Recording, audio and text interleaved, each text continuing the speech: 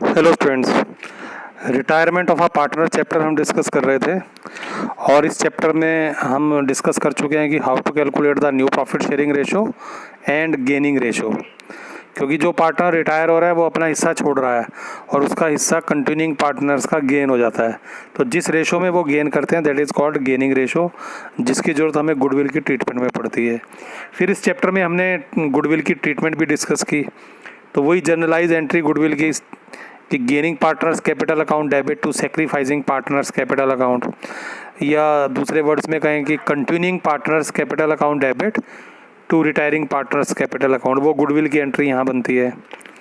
उसके बाद हमने डिस्कस किया था कि एसेट्स और लाइबिलिटीज़ को यहाँ भी रीवैल्यूएशन उसका होता है, क्योंकि जो पार्टनर बिजनेस छोड़ के जा रहा है तो वो भी अपना हिस्सा उस रीवैल्यूएशन के प्रॉफिट या लॉस में उसका भी हिस्सा होता है, तो वो रीवैल्यूएशन भी किया जाता है, रीवैल्यूएशन अकाउंट बनता है। और वो जो रिवाइज्ड बैलेंस शीट होती है कंटिन्यूइंग पार्टनर्स की, उसमें न्यू वैल्यूज़ एसेट्स और लाइबिलिटीज़ की शो की जाती हैं।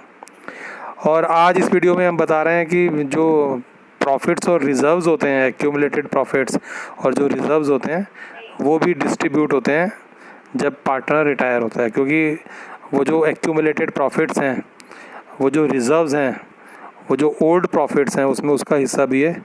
तो वो तीनों में जो भी होते हैं पार्टनर, ओल्ड पार्टनर, उनमें डिस्ट्रीब्यूट हो जाता है।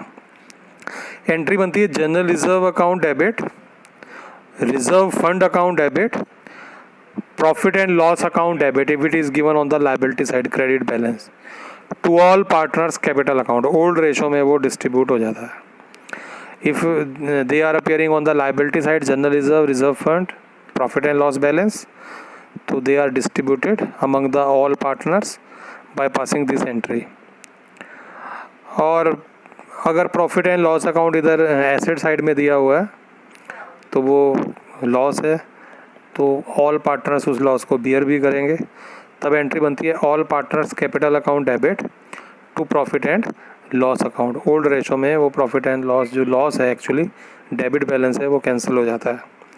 ये एंट्री हम एडमिशन में भी बनाया करते थे, वो बात अलग थी कि वहाँ old partner suppose A B होते थे और यहाँ old partner A B C हैं फॉर एग्जांपल, तो वो सब में बढ़ जाता है। ओल्ड पार्टनर्स में वहाँ भी बढ़ता था, यहाँ भी डिस्ट्रीब्यूट होता है।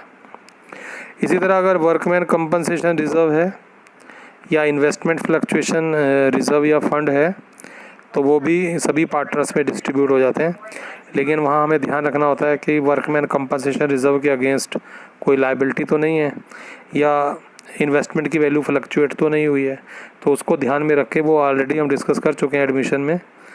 और अगर ऐसी कोई इन्फॉर्मेशन नहीं है तो वो सारा इन्वेस्टमेंट फ्लक्चुएशन रिजर्व और वर्कमैन कंपनसेशन रिजर्व वो सभी पार्टनर्स में डिस्ट्रीब्यूट कर दिया जाता है।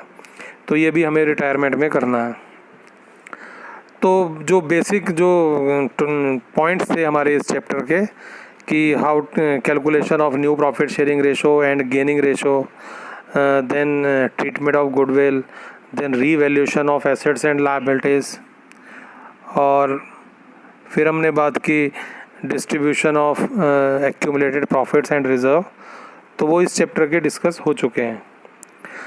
नेक्स्ट वीडियो में हम डिस्कस करेंगे कि किस तरह से आप एक फुल फ्लेज क्वेश्चन करेंगे, क्योंकि एक फुल फ्लेज क्वेश्चन में ये सारे पॉइंट्स एक साथ आ जाएंगे।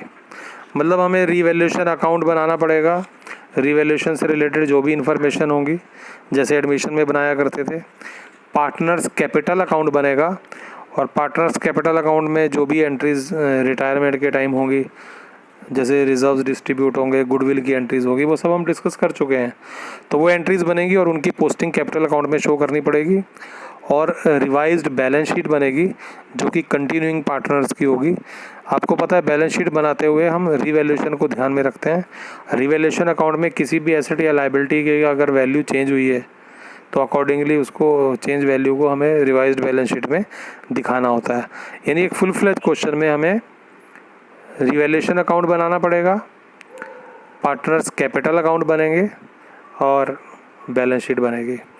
जब पार्टनर्स कैपिटल अकाउंट बनाएंगे तो जो कंटिन्यूइंग पार्टनर्स हैं उनके तो क्लोजिंग बैलेंस निकलेंगे, लेकिन जो रिटायरिंग पार्टनर है उसका बैलेंस नहीं निकलेगा, क्योंकि बैलेंस का मतलब है कि वो आगे कैरी फॉरवर्ड होगा।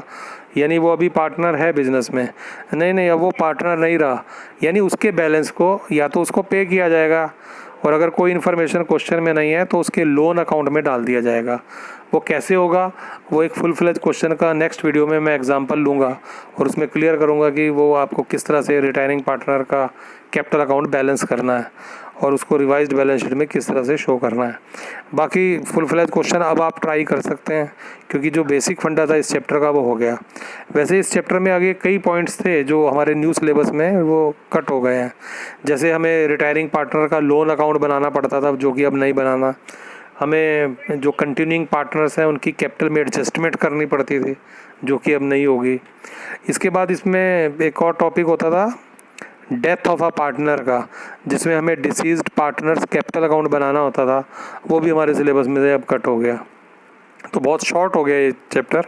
एक्चुअली अकाउंटिंग में कुछ बहुत ज़्यादा कुछ नहीं कट हुआ, लेकिन जो भी कट हुआ है वो ज़्यादा इस चैप्टर का ही कट हुआ है। तो अभी छोटा सा चैप्टर हो गया। नेक्स्ट वीडियो में हम इस चैप्टर को कवर करेंगे। Thank you students, thank you so much.